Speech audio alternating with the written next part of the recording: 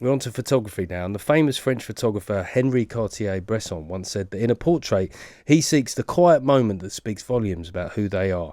The two photographers I'll speak to now know very much what this means. Hugo Burnand and Cambridge Jones have spent their entire careers snapping celebrities and royalty. Now they put their cameras down to record their podcast, Double Exposure, sharing how to best capture someone's character in a photograph and insider anecdotes from their time on set. Welcome to the show. Thank you, Geoff. Lovely to be here. First up, you came... I'm Hugo. Hugo and Cambridge. Yeah. There you go. Right, Hugo. So the first thing, I feel like I should ask something really technical and intelligent about how you bring can you point to that one? Okay. Well, I want to say, well, how do you get the best light? How do you bring the best out of a subject? But I just want gossip. Who's the most difficult?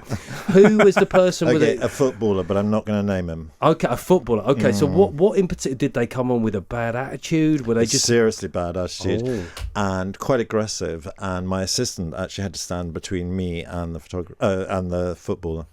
Oh, really? I've never forgotten it. Mine's an actor. An actor. And he's been cancelled, so don't ask the actor's name. No, he's been uncancelled now. Oh, has he? Was he cancelled because of his day with you? No.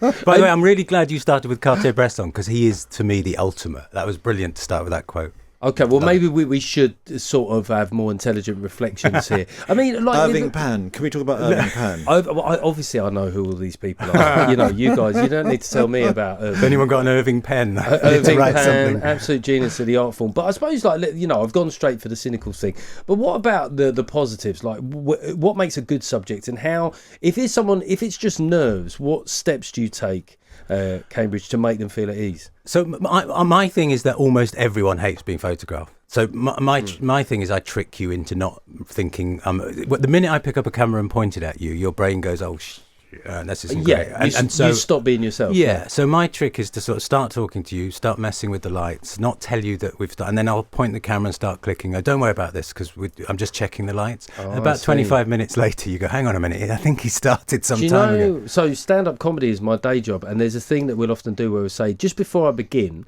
then any laughs we get before that are bonus laughs. Yeah. It's like sometimes the only laughs in many ways. I mean, does it take how much of it is technical once you've been doing it, Hugo? As long as you technical can get in the way of a decent picture, you know that. Interesting. What do you mean by that? You can suddenly get so wrapped up on why this or that isn't working, and you lose. I nearly lost your attention then. So it's just we have a thing that shows texts coming up, and he's snoring. He's snoring. Well, #, fell asleep. Okay, so the text has come up, and it is actually on task. It's from Steve Relton, and says, Geoff, you have to ask what Hugo and Cambridge think about the working classes and internships in photography. Okay, it is really important for anyone, in my opinion, who wants to be a photographer. They ought to do an apprenticeship or call it an assistant's job, because you learn so much from the photographer that you're working for, the mistakes that he makes. And ideally, you would have an apprenticeship with 3 photographers, and you'd learn all the mistakes that are there to be made, and you'd go off on your own and you'd make a whole load of new ones. But it's really important to do that work. And the reason why it's say apprenticeship is because you're being paid in what you're being taught.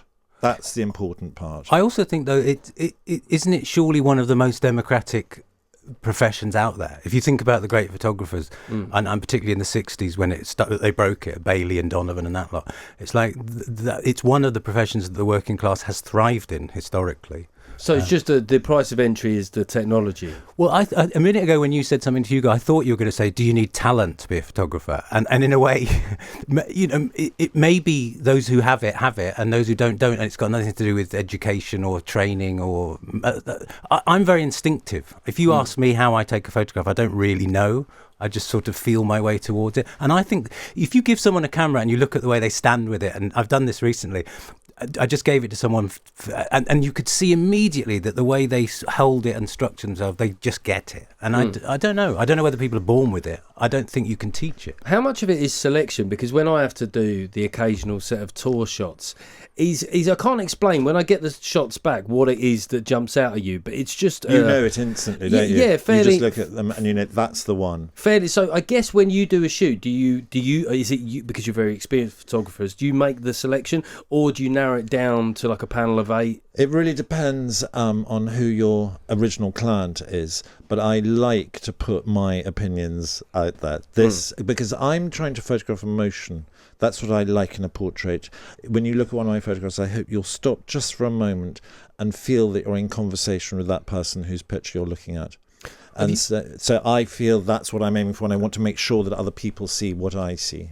But have you ever had like where you've had to sell a photo to somebody and say, look, I really think this is the shot, and they've been resistant, but it's gone on to be something that's been successful for them, and you've gone, told you so? I've got one like that. Yeah. Where the guy, I can't name names, but the guy just didn't like any of the shoot, and I thought they were one of the best I'd ever done. And it wasn't until his partner, now wife, saw them and went, oh my God, these are astonishing. But that was the only moment he thought. What was it he didn't like? Is it sometimes do they see something in themselves, maybe a bit of sadness or melancholy that they don't like to acknowledge about themselves, perhaps? Do you think You'd make a really good photographer, you know that, don't you? Well, I'm a great reader of the human condition. But that's what it's all about. There's a psychology attached to being a portrait photographer. You really have to read the people. And the question you asked earlier on, how do you put your subjects at ease? There's no one answer, because everyone is such an individual, and you really have to read them. And some people need to be made to feel more comfortable. Some people like to be on edge. Some people like to be challenged. Some people like to be flattered. You have to work out how that person operates, and then hopefully get the shutter to go off at the right time. Can I just suggest, because our podcast Double Exposure is just us two talking, can I just say we should just do the three of us? It's a whole lot easier. If you could do that as your day job. I'm bang up for it, but while I've got you here, I have to ask about the royals. Can you tell us which royals that you've photographed? Well, I've shot most of them, but Hugo is actually the one with the royal warrant, which I tease him for endlessly in the podcast. So he's the one. So he's the one when the coronation and the royal weddings. He's the one that gets. I have shot the king. I've done a book with him. I've done stuff with Harry, but he's the one you should be asking about that, because he's constantly sort of degrading me. But I don't know what your question's going to be. Well, it's like for a comic doing live at the Apollo. It's a great thing, but then I always think about pressure. It's a great thing to have, but. Okay, do you feel very the pressure? Interesting. I was brought in a long time ago, and I actually first knew Camilla Parker Bowles before she married Prince Charles. And I used to do some photographs for her charity, the Osteoporosis charity.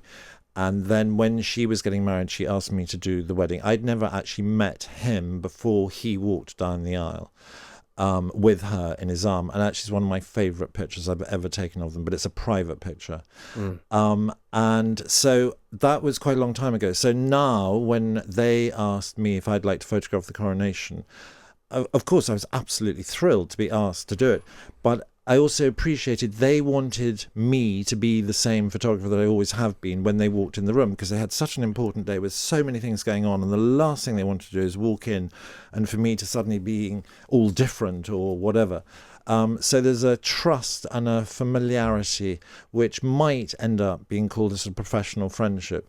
And there's no pressure then, because you're working with friends. Yeah. You know, there's one when you see those official ones that get distributed to the press and the nation, and they're all by him. And I've been round to his place and seen lorry loads of these framed prints going off to the barracks around the country and stuff. It's like, I just get a little bit envious, Geoff. That's all I'm saying. Listen, no, it's a good mix-up to be on a podcast together with. One thing I'm interested in is, I know that obviously sometimes the subjects will be difficult or tense, but you're going to have fussy PRs, fussy agents. How do if they're because I guess what they're often doing is trying to justify their wage. And if that's all they're there for, how do you get them out of the way? You are so good. I've been there. I operate in this showbiz world. It's almost like you're a stand-up and you've got my agent. I have to say is brilliant, and she's very light touch. But I've also seen it happen. I've lost jobs over this. Rod Stewart. But my thing is, the thing I lose jobs over is the rights to the photos afterwards. So if I took your photo, the law says it's my unless I would give you license to use it for your tour or whatever. But I actually own the right. It's my face. I know, but it's mine. But Rod Stewart's manager said, no, Rod will be having the right to your work. And I said, well, that's not how I work. And I got a call from my agent about an hour later going, that job isn't happening tomorrow. So this podcast, how long have you guys been doing it? It's new. It's 4 episodes in. No, it's more than that. Is it? But it is a month old today. A month old. So have you recorded a batch? And Yeah, you sort of, we right, did. so Look, I'm not great at maths, but if it's a month old, it must be 4 But they're episodes. all those little episodes that they Oh, drop. all right. So some of them might have not have got out yet. But are you I've enjoying? never heard it, Geoff. But do you sometimes get that? Because I do a podcast as well, and then I sometimes put it out there, and I think, hang on, should I just listen back to that? Should I be saying that? Have you had? We that have a really good team who we trust implicitly, who look after us on that front. Because I have said some stuff that needs bleeping. bleeping, and because you don't want it, you don't want it to cost you work. But I suppose agree. No, Raconteur Studios spend most of their time bleeping out Hugo. That's what they do. so. It's your agent now that's getting involved and saying, no, we can't have that out there. But it's interesting because we met, or we were introduced at a dinner party. We'd never met before, and I don't know about stand-up comedians whether you all are a hugger-mugger, but photographers tend not to talk to other photographers in case the other photographer works out that you're an imposter. And so we talk to each other a lot. We're just always seething and jealous and bitter. Yeah, that's same. We hide it well. So we didn't speak to each other because we thought, I know who that is, and I ain't speaking to him because he's going to see right through me. And then they put us in a podcast together. And it works quite well, and everyone thinks we've known each other forever, but we don't. Well, that's certainly the impression I got. So, mind us, it's double exposure. Double exposure wherever you get your podcast. That is the thing that you say, isn't it? It is, isn't it? Yeah. That's what I mean in this phrase. Yes, wherever you go, because there's about 7 million of them. But And 90% of people don't know where to get a podcast. They no idea at all. Yeah. No idea at all. But listen, based on this chat here, I think it'll be a fantastic thing for Times listeners to check out. And Hugo Burnand and Cambridge Jones, thanks very much for joining me in the studio. Lovely to talk to you.